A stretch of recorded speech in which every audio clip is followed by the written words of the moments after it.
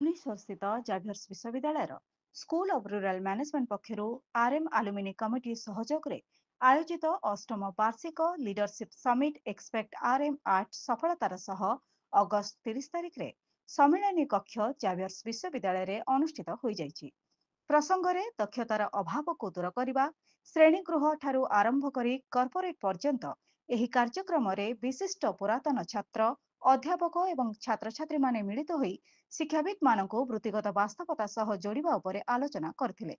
ଶିଖର ସମ୍ମିଳନୀ ପ୍ରଦୀପ ପ୍ରଜ୍ୱଳନ ସହ ଆରମ୍ଭ ହୋଇଥିବା ବେଳେ ଫାଦର ରେଜିଷ୍ଟ୍ରାର ପ୍ରାରମ୍ଭିକ ଅଭିଭାଷଣ ପ୍ରଦାନ କରିଥିଲେ। Dean professor Niraj Kumar school of rural management ଶୈକ୍ଷିକ ଶିକ୍ଷାକୁ ସମୃଦ୍ଧି କରିବା ପାଇଁ ସଂଯୋଜକ ପ୍ରତୀକ ଆର୍ଏମ୍ ଆଲୁମିନି କମିଟି ଆଜିର କର୍ପୋରେଟ୍ ପରିବେଶକୁ ଗତିଶୀଳ କରିବାରେ ଦକ୍ଷତାର ଭୂମିକା ଉପରେ ଗୁରୁତ୍ୱାରୋପ କରିଥିଲେ।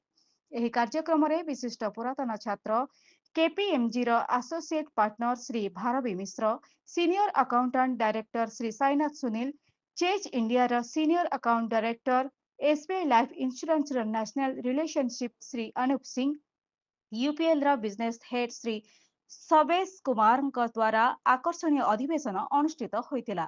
ଭୁବନେଶ୍ୱରରୁ ଏଲିନା ମହାନ୍ତିଙ୍କ ରିପୋର୍ଟ, ଜନଶକ୍ତି ଟିଭି।